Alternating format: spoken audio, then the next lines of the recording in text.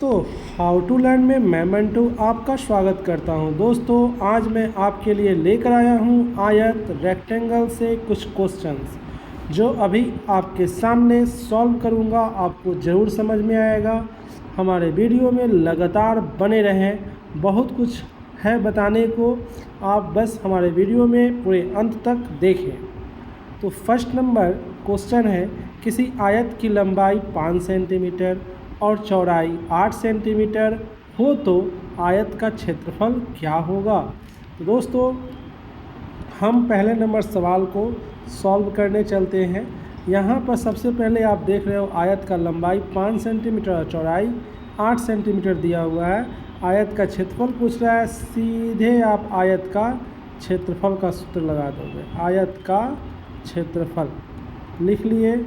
आयत का क्षेत्रफल जैसे ही लिखोगे उसके बाद क्या करोगे, सूत्र लिखोगे। आयत का क्षेत्रफल का सूत्र होता है लंबाई गुने चौड़ाई। बहुत ही आसान शब्दों में दोस्तों आपको मैं बताऊंगा। लंबाई कितना दे रखा है, 5 सेंटीमीटर, तो आप 5 सेंटीमीटर लिख लिए। चौड़ाई कितना दे रखा है, 8 सेंटीमीटर, तो हम 8 सेंटीमीटर रख लिए। 5 में 8 से क्या करेंगे, गुना करेंगे, तो 5 में 8 से गुना करेंगे तो कितना हो जाएगा, 40 हो जाएगा। सेंटीमीटर यहाँ भी है, सेंटीमीटर यहाँ भी है, गुना होगा तो क्या होगा, सेंटीमीटर स्क्वायर होगा। तो ये आपका आंसर रहा। दूसरा नंबर सवाल देख लीजिए। जब आयत की लंबाई 8 सेंटीमीटर और चौड़ाई 5 सेंटीमीटर हो तो आयत का परिमाप ज्ञात करें। ठीक है, जब आयत का लंबाई दिया हो और चौड़ाई दिया हो तो परिमाप आराम से ज्ञात हो सकता है। तो हम लोग सबसे पहले आयत का परिमाप का सूत्र लिखेंगे। आयत का परिमाप का सूत्र क्या होता है, तो ध्यान से देखिए दोस्तों। 2 इंटू लंबाई प्लस चौड़ाई होता है। लंबाई प्लस चौड़ाई होता है दोस्तों। अब इसी की जगह पर जो है ना हम लोग क्या करेंगे, इसका वैल्यू पुट कर देंगे। लंबाई का वैल्यू कितना है, तो 8 है, और चौड़ाई का वैल्यू कितना है, 5 है। पुट कर दिए। पुट मतलब रखना होता है दोस्तों। 8 में 5 जोड़ देंगे तो 8 5 13 हो जाएगा, और 13 में 2 से गुना कर देंगे तो 26 हो जाएगा। अब सेंटीमीटर यहाँ भी है, सेंटीमीटर यहाँ है, जोड़ने पर क्या आएगा, सेंटीमीटर ही आएगा, क्योंकि उसके अंकों को जोड़ा गया है। तो परिमाप का मान 26 सेंटीमीटर हो जाएगा। अब देखिए तीसरा नंबर सवाल क्या है। तीसरा नंबर सवाल है आयत का, दोस्तों थोड़ा सा दिक्कत हुआ, चला गया इधर उधर, आप घबराएं नहीं, तुरंत आ भी जाएगा। देखिए दोस्तों, आयत का विकर्ण क्या होगा जब लंबाई 4 सेंटीमीटर और चौड़ाई 8 सेंटीमीटर है। तो विकर्ण की बात कह रहा है, तो आप आयत का विकर्ण का सूत्र लिखोगे। आयत का विकर्ण पूछ रहा है, आयत के विकर्ण का सूत्र लिखोगे रूट अंडर क्या लिखोगे, लंबाई स्क्वायर प्लस चौड़ाई स्क्वायर, लंबाई स्क्वायर प्लस चौड़ाई स्क्वायर लिख लिए। अब लंबाई और चौड़ाई का मान रख देंगे। लंबाई का मान कितना, 4 स्क्वायर, और चौड़ाई का मान कितना, 8 स्क्वायर। तो 4 चौका हो जाएगा 16, और 8 कितना हो जाएगा, 64।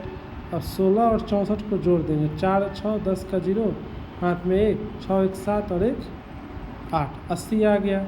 अब 80 को तोड़ेंगे तो 2 दूनी 4, 4 दूनी 8, 8 दूनी 16, और 16 पचे 80। तो यहाँ पर देखिए 2 का जोड़ा लग गया तो 1 जोड़ा बाहर में हो जाएगा, दोनों का 1 1 जो 2 उतर जाएगा, 5। अब गुना करके आंसर दे देंगे। गुना करेंगे तो कितना आएगा, 2 दूनी 4, 4 पचे 20 नहीं करेंगे दोस्तों, √5 फंसा रह जाएगा अंदर ही। 2 दूना 4 और √5 इसका, 4 √5 इसका आंसर आ जाएगा दोस्तों। तो आपको समझ में आ गया। यहाँ पर सवाल जो है 3 बना दिए। चौथा नंबर सवाल देखते हैं। स्क्रीनशॉट ले लीजिए दोस्तों, इसको आप कॉपी में सॉल्व कर लीजिए। हाँ, यहाँ पर जो है ना सेंटीमीटर और मीटर का मान नहीं दिए हैं, आप इसका मान दे दीजिए। विकर्ण निकल रहा है ना, तो आप सेंटीमीटर में इसका मान दे दोगे, ठीक है, सेंटीमीटर में ही इसका मान होगा।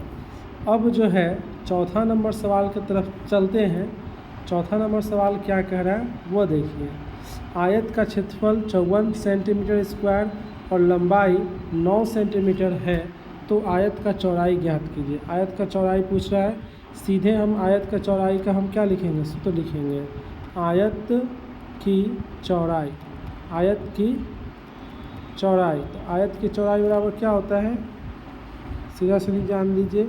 आयत का चौड़ाई बराबर होता है आयत का क्षेत्रफल, आयत का क्षेत्रफल, ठीक है, आयत का क्षेत्रफल अब बटा आयत का लंबाई।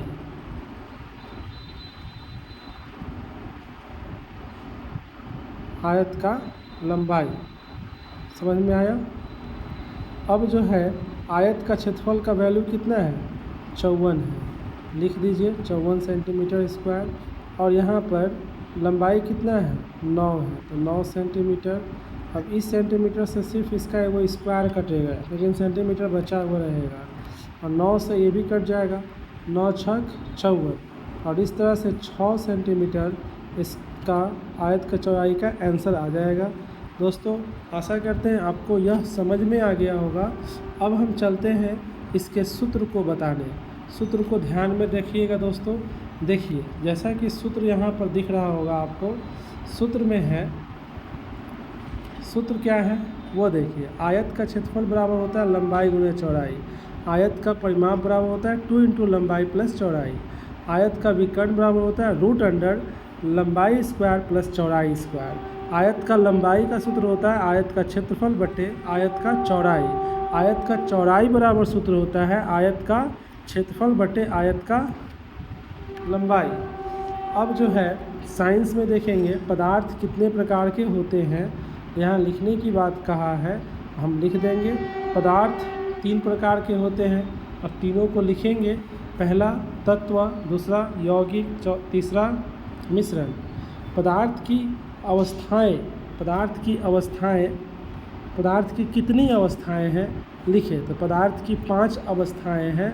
पहला अवस्था का नाम है ठोस, दूसरा का द्रव्य, तीसरा का गैस, चौथा का प्लाज्मा, और पांचवा का बोस-आइंस्टीन कंडेंसेट है। तीसरा नंबर है तत्व कितने प्रकार के होते हैं। तत्व कितने प्रकार के होते हैं लिखें। तत्व 3 प्रकार के होते हैं। कौन कौन सा तत्व होता है, तो धातु, अधातु, उपधातु। धातु, अधातु, उपधातु। नेक्स्ट है चौथा नंबर, यौगिक कितने प्रकार के होते हैं, तो लिखने की बात कह दिया। तो यौगिक 3 प्रकार के होते हैं। पहला नंबर यौगिक का नाम है आयनिक यौगिक, दूसरा नंबर सहसंयोजक यौगिक, और तीसरा नंबर अकार्बनिक यौगिक। 3 प्रकार के होते हैं। नेक्स्ट सोशल स्टडी, सामाजिक अध्ययन। पृथ्वी पर प्रमुख कितने परिमंडल हैं लिखें। पृथ्वी पर प्रमुख 3 प्रमंडल है। पहला प्रमंडल का नाम है सबसे मतलब ज़मीन के नीचे, तो जल है, जलमंडल। दूसरा हो गया स्थल मंडल, और तीसरा हो गया वायुमंडल।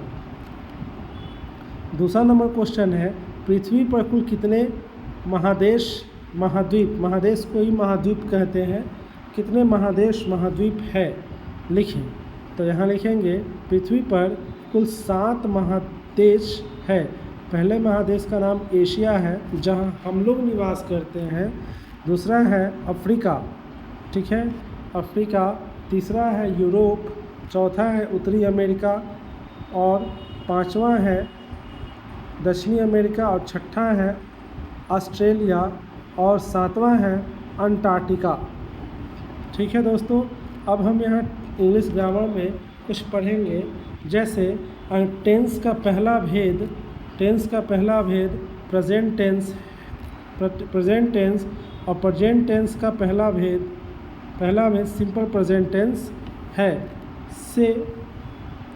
सिंपल प्रेजेंट टेंस से पहला वाक्य मैं बस से स्कूल जाता हूँ। I go to school by bus बनता है। इस वाक्य में आई के बदले we, you, they, the, boy, my friends और राम एंड सीता का एक वाक्य बनाए। एक वाक्य बनाने की बात कह दिया। अब है हिंदी ग्रामर, हिंदी व्याकरण।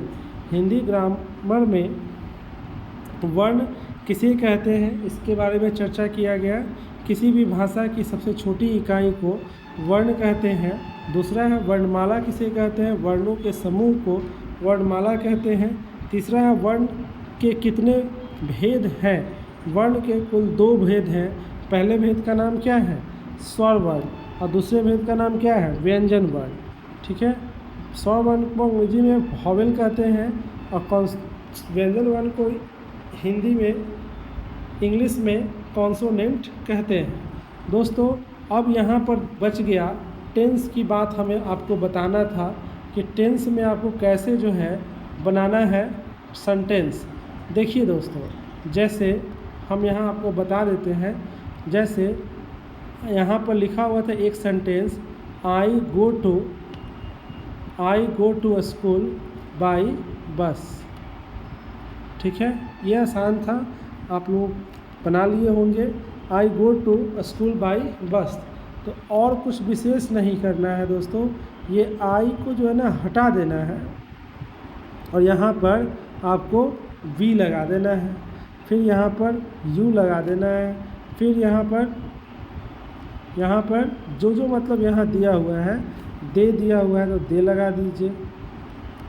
ठीक है, दे लगा दीजिए।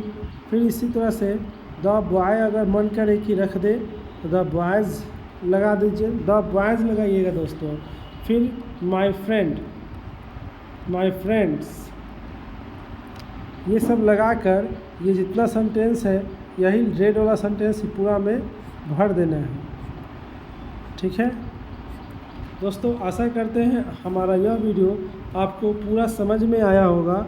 यदि समझ में आया है तो प्लीज़ हमारे चैनल को लाइक करें और अपने दोस्तों में शेयर भी करें, और हमारे चैनल पर नए हैं तो प्लीज़ सब्सक्राइब करके अपने दोस्तों में शेयर भी करें। Thanks for watching my videos.